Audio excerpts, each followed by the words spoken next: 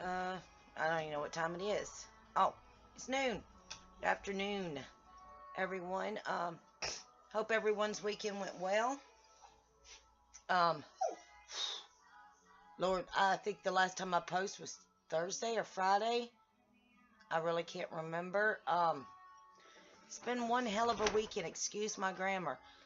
This is my first day up and moving. I'll explain in a minute. Um, I spent the weekend.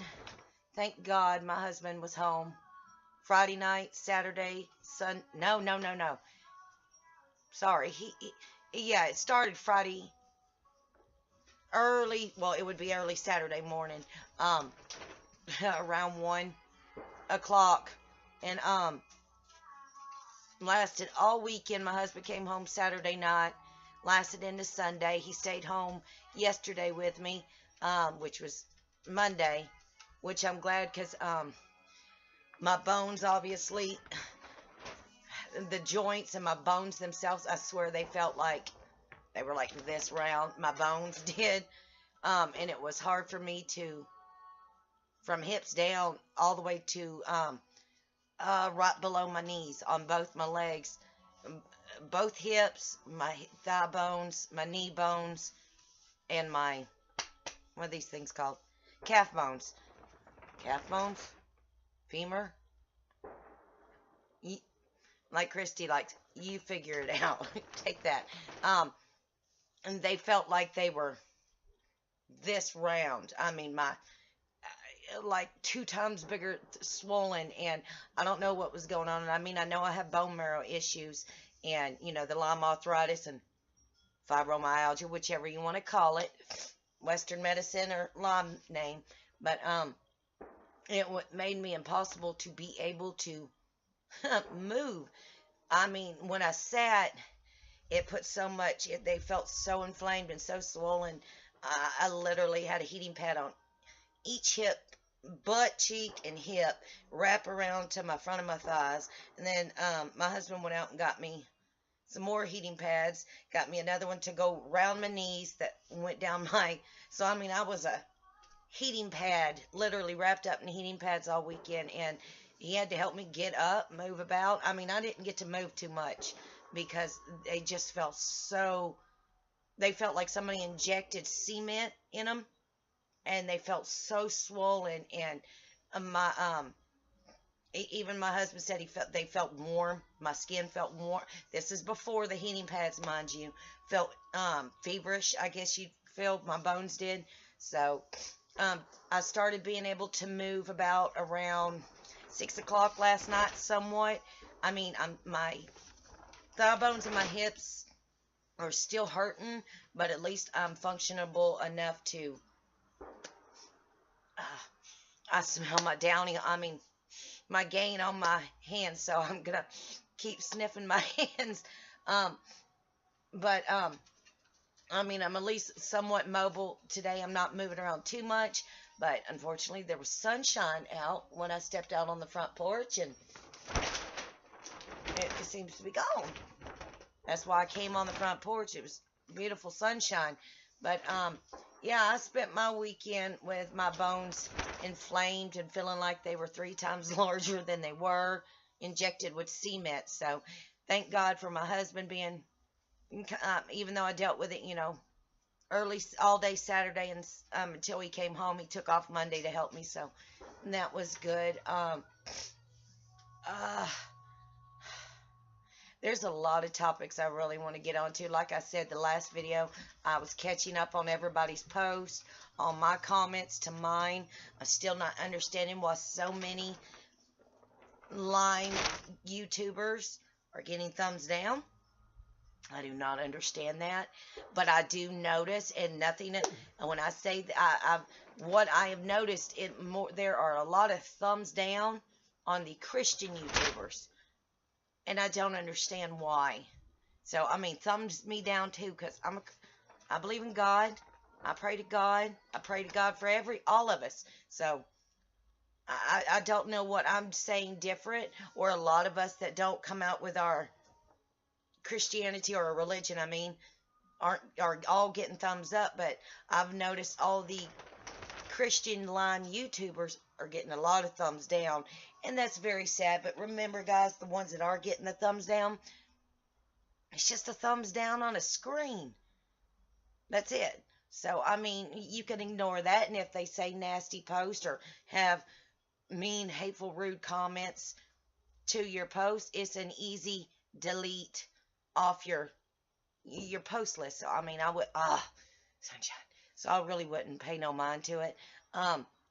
Also, this is going to, I know a lot of us have to battle this disease alone, and I'm included in that group because my husband's gone 5 to 6 days a week, unless like this past weekend, I know he came home Saturday night, but he took Monday off because I couldn't even get out of bed. It hurt so bad. So, I mean, he will take off if he needs to for the emergencies, that if I need him, he'll come home or stay home. So he's got that form of job with his brother that he can do that. So I'm blessed by that.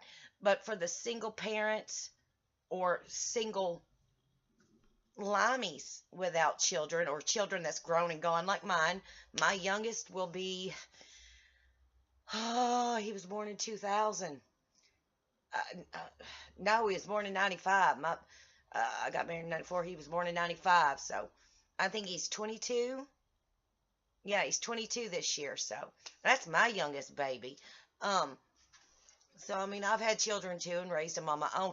But what I'm trying to say is, if you're trying to get back out in the dating scene, whether your children are grown and gone, or your children are, you know, middle-aged teenagers ready to become teens but not quite there yet, don't fret that you're single and battling this alone.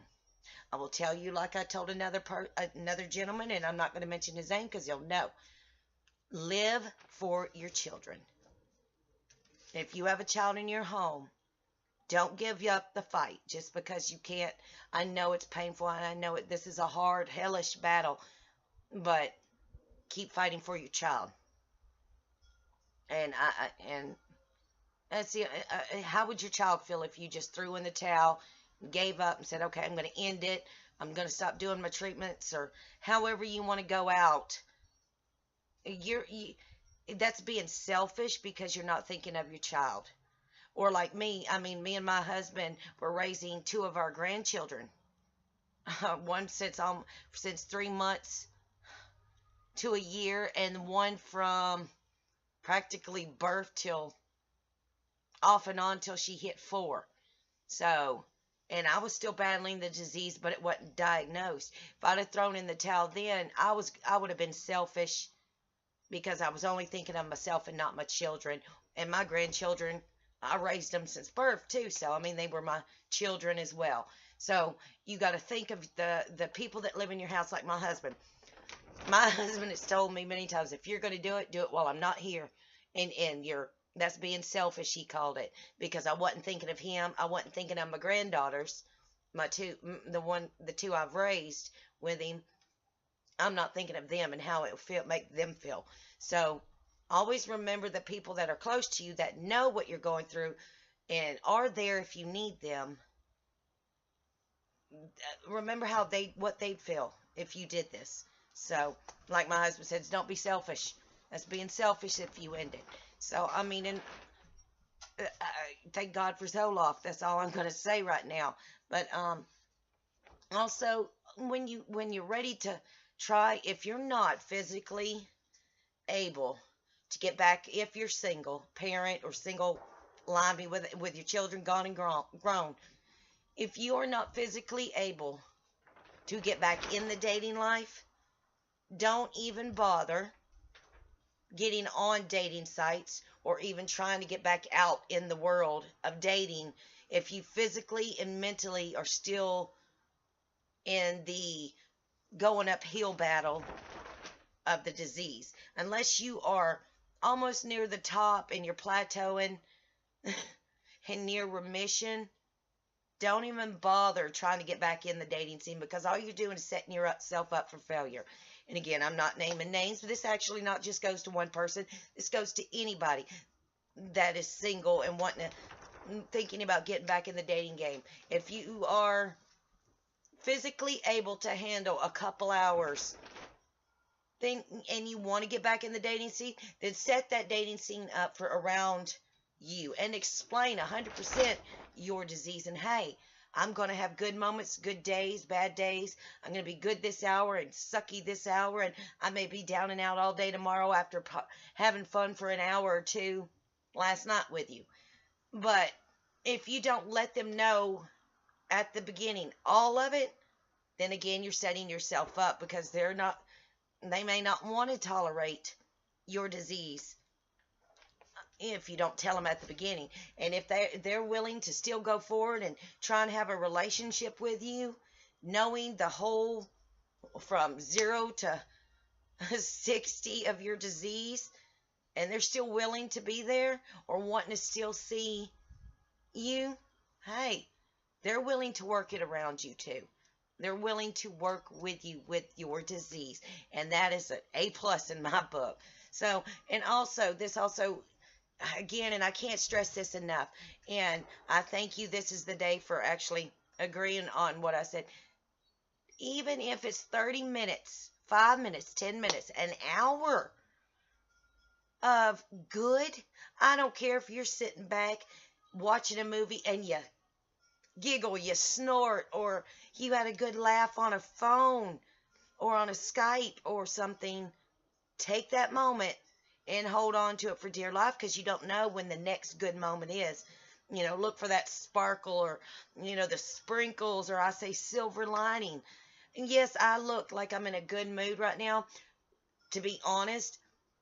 That I don't want to show the persona of all the time of when I'm not feeling good.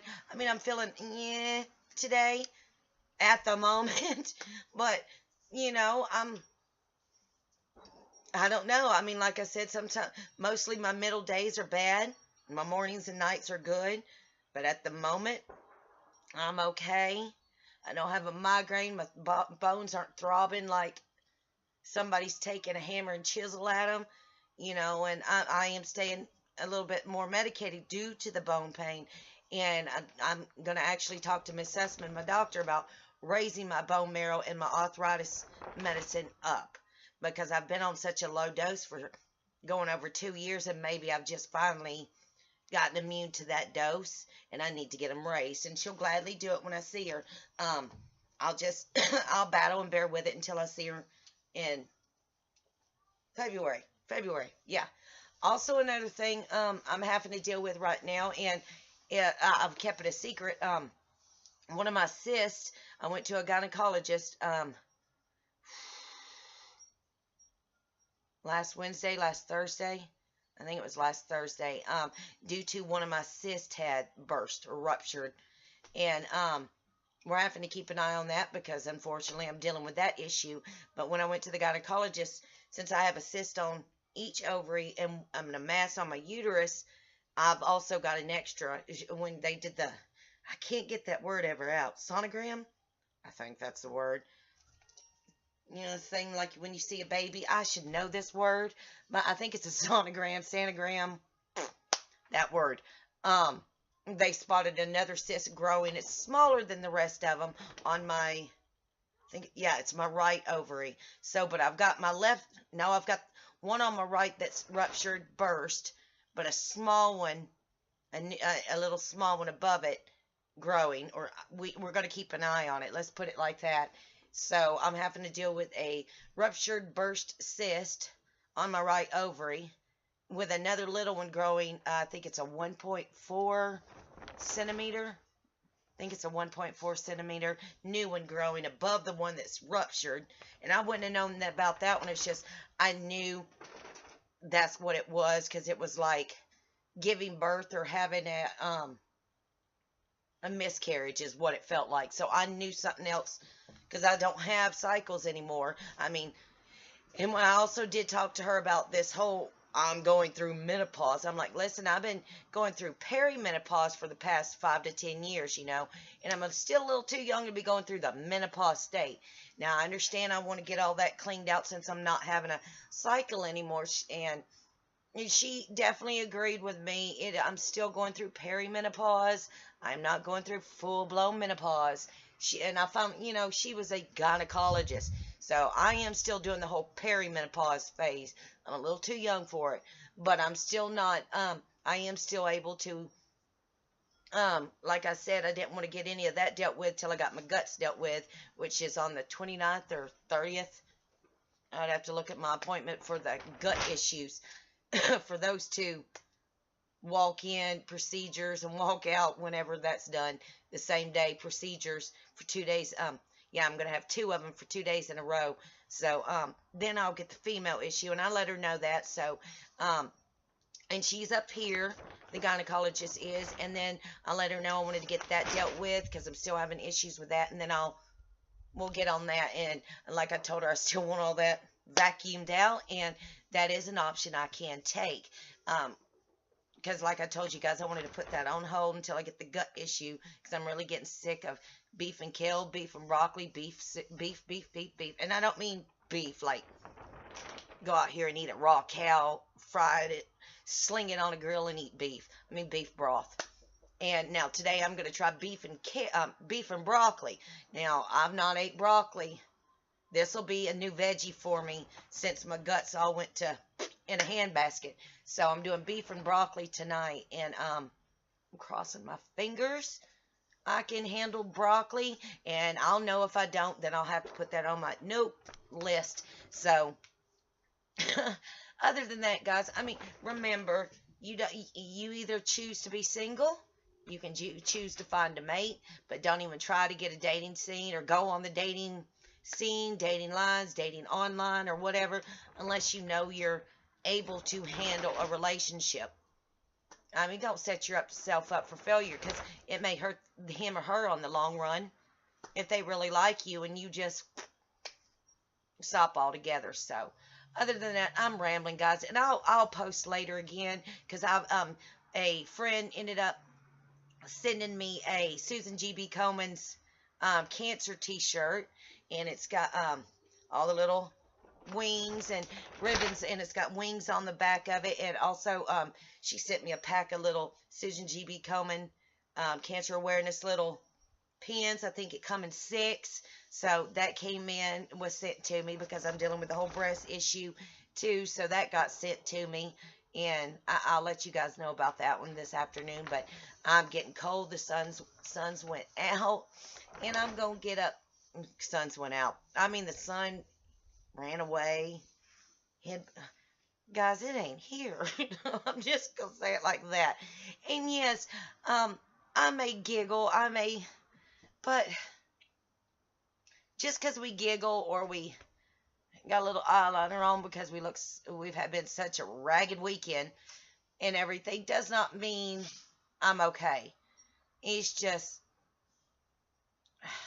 I try and find the good in everything, whether it be bad or not. I sure the heck ain't gonna sulk in my disease, because if I sulk in my disease, I might as well just end it. So I'm not gonna do that either.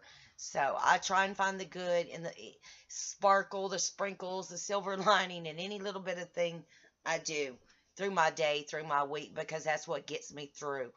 And I mean, there's such a big, beautiful world to live and that I used to be in. And if I can spend an hour enjoying what I used to do before the sickness hit me like a brick wall, I'm going to enjoy it, and just don't always live in the bad of the disease. I mean, like I said, find something that makes you happy, even if it was just a giggle or a smile that you've not done in forever and a day. Take it, hold on to it, relish it, because it may be a little bit before you get the next one. And I always find some glimmer to each of my days. Mind you, yes, this past weekend I couldn't find a silver lining as far as I could pitch my husband, and he's 235 pounds and 6'1", so there ain't no pitching him anywhere. But he gave me my little silver lining and my little sparkle, to keep me going. And I mean, we may not have that, but remember, if you got a child in the house, have them sit with you, read with you, joke around, watch a movie, something. Find a sparkle, a silver lining, a sprinkle in each moment of your day, no matter how bad it is. Because, I mean, we got 24 hours in a day, and there's got to be at least a 5-minute sprinkle somewhere up in there. Other than that, guys, look for the silver lining, because if you don't, no one else will. And I will check up